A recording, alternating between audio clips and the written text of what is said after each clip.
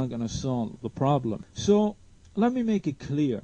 Let's make it clear for everybody. Islam does not call, does not condone, nor does it, I repeat, nor does it call for any such thing as an honor killing. Muslims who commit the act of honor killing simply do it because of their own backward cultural... What a liar you are. Peace of Christ to all. Guys, we don't give speeches, we go right away to proofs and reference. Let us open the Quran and prove that this guy is a liar like all Muslims who try to defend Islam in YouTube. Here we go. This is chapter 18.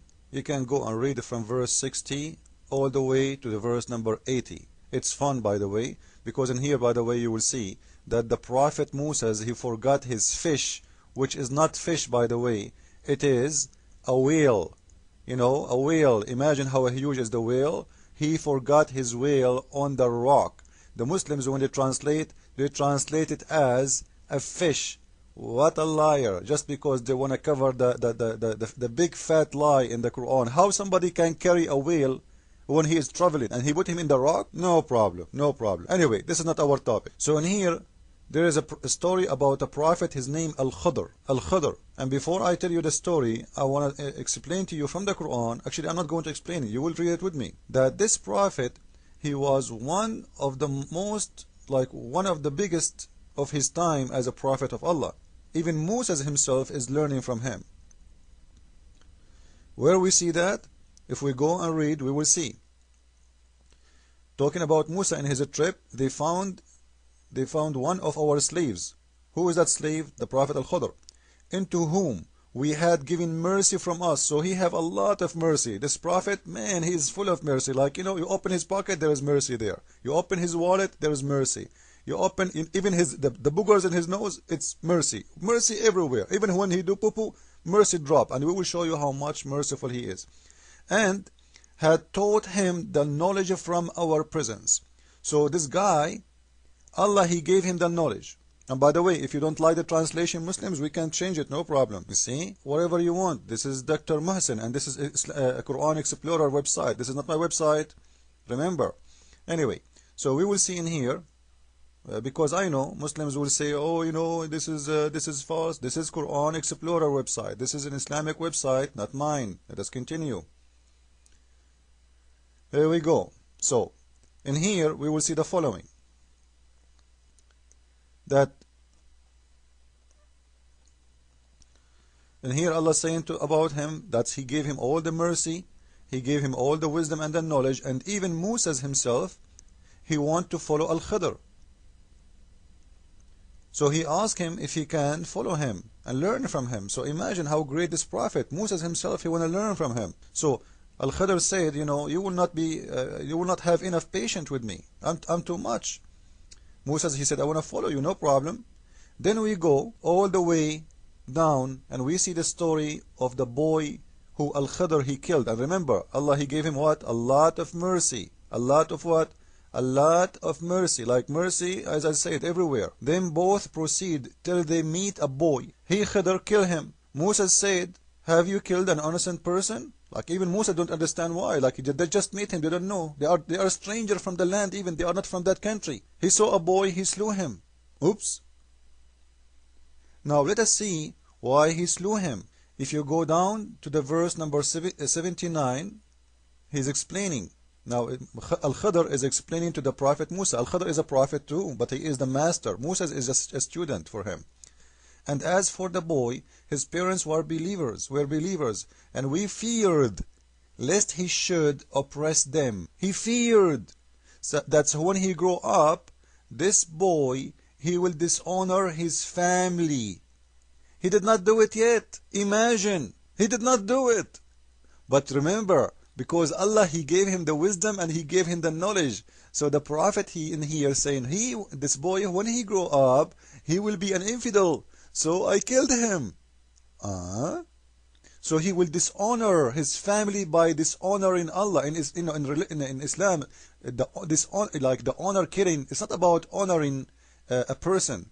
It's about dishonoring Islam itself. So the family take action.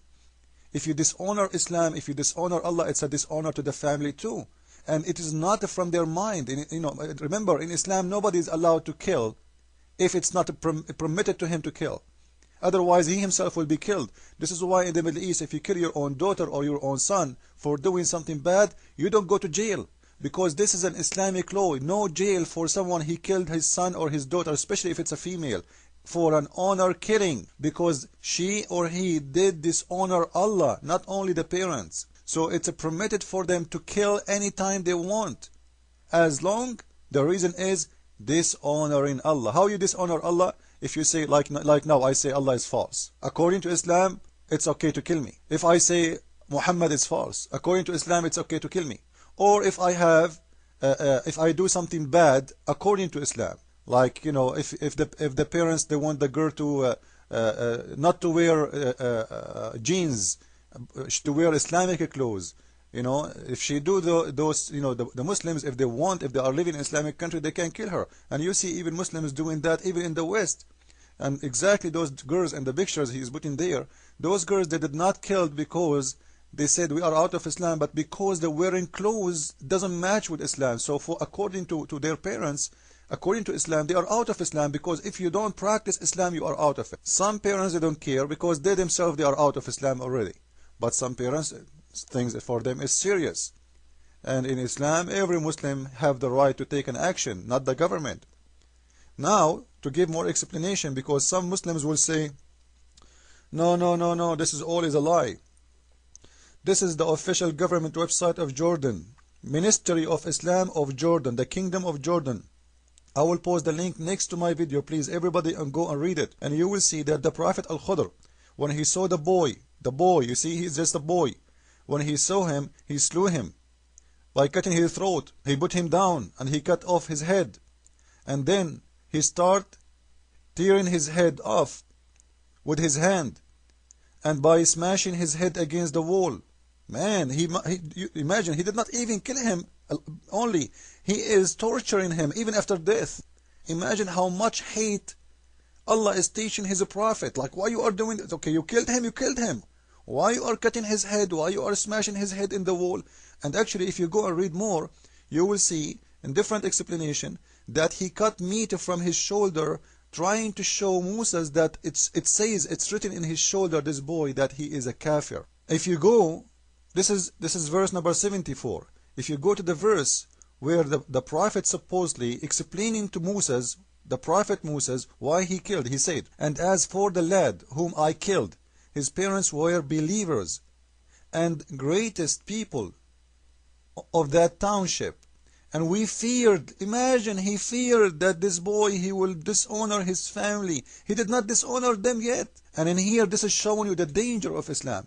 They killed a boy because they feared, not because he did. He's still innocent. Remember, the verse saying he's an innocent.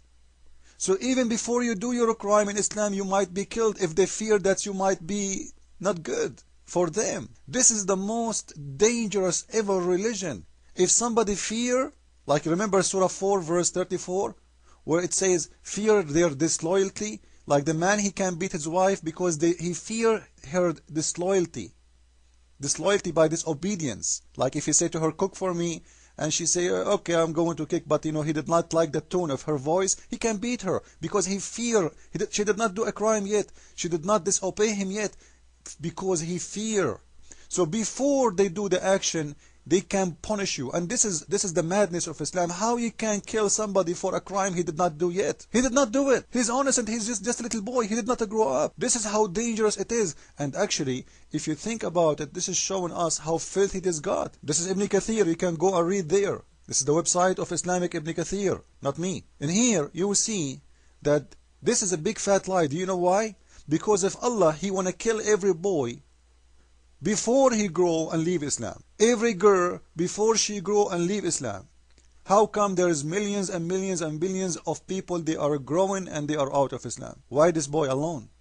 Simply because all of it is a lie. Because if Allah, he fear any boy to grow and dishonor his Islamic family, he should not allow any boy grow from those who will dishonor his family. So the whole story is just a lie made by the one who made the Quran, showing us the ignorance of Allah and the hate, and how much this book is teaching hate even against their own children. Which means, you know what, you should be willing to kill your son if you fear that maybe one day he will dishonor Islam. And Islam means Muhammad, by the way, because after all, everything will go back to Muhammad. You know, and by the way, in Islam, one of the funny things to show you that the God in Islam is Muhammad, not Allah. In Islam, if you curse Allah, you might be forgiven. They give you 3 days to return back to Islam. But if you curse Muhammad, even if you return back to Islam, they will kill you. This is how important Muhammad. If you curse Allah himself, no problem. We give you 3 days to repent. If you curse Muhammad, death is your penalty, even if you repent. This is telling us who is the God in Islam. It is Muhammad. Muhammad, he just used the name of Allah to fool those people, to control